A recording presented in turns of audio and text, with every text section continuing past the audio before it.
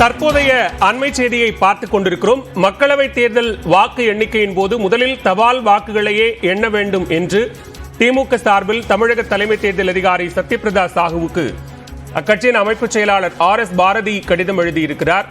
முதலில் தபால் வாக்குகளையே எண்ண வேண்டும் என்று தற்போது தமிழக தலைமை தேர்தல் அதிகாரிக்கு திமுக சார்பில் கடிதம் அனுப்பப்பட்டிருக்கிறது. தபால் வாக்குகள் கடைசியில் எண்ணப்படும் என மாவட்ட தேர்தல் அதிகாரி ராதாகிருஷ்ணன் தெரிவித்திருந்த நிலையில் முதலில் தபால் வாக்குகளை எண்ண வேண்டும் என்கிற கோரிக்கையை தேர்தல் ஆணையத்திற்கு, குறிப்பாக தமிழக தலைமை தேர்தல் அதிகாரி சத்யபிரதா சாஹூவுக்கு திமுக அமைப்பு செயலாளர் RS பாரதி கடிதம் வாயிலாக கோரிக்கை விடுத்திருக்கிறார்.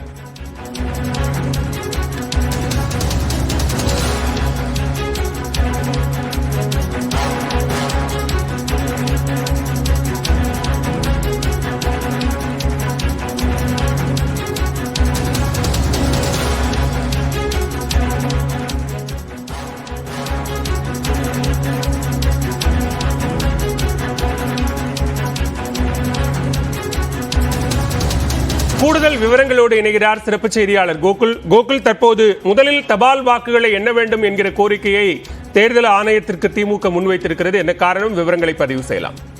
திமுக அமைப்பு செயலாளர் RS பாரதி தற்பொழுது தமிழக தேர்தல் அதிகாரிக்கு, தலைமை தேர்தல் அதிகாரிக்கு ஒரு கடிதத்தை எழுதியிருக்கிறார் திமுக சார்பாக. குறிப்பாக தபால் வாக்குகளை முதலில் எண்ண வேண்டும் என்ற ஒரு கோரிக்கையானது வைக்கப்பட்டிருக்கிறது. ஜூன் 4ஆம் தேதி நாடாளுமன்ற தேர்தலுக்கான வாக்கு எண்ணிக்கை நடைபெறக்கூடிய நிலையில் வழக்கம் போல எப்போதும் ஒவ்வொரு தேர்தலுக்கும் தபால் வாக்குகள் தான் முதலில் எண்ணப்படும். தபால் வாக்குகளுடைய முடிவுகளை முதலில் எண்ண வேண்டும் என்றும் அந்த அடிப்படையில் அடுத்த கட்டமாக மின்னணு வாக்குப்பதிவு இயந்திரத்தில் பதிவாக இருக்கக்கூடிய வாக்குகளை எண்ண வேண்டும் என்ற ஒரு கடிதத்தை எழுதியிருக்கிறார். ஒரு கோரிக்கையானது வைக்கப்பட்டிருக்கிறது. தற்போது தகவலானது தபால் வாக்குகள் இறுதியில் எண்ணப்படும் என்ற தகவல் பரவி வரக்கூடிய நிலையில் அதாவது முதலில் எண்ண வேண்டும் என்ற ஒரு கோரிக்கையை திமுக சார்பில் பொழுது தேர்தல் ஆணையத்திடம் வைக்கப்பட்டிருக்கிறது. பாலா, நன்றி கோகுல், விரிவான விவரங்களுக்கு.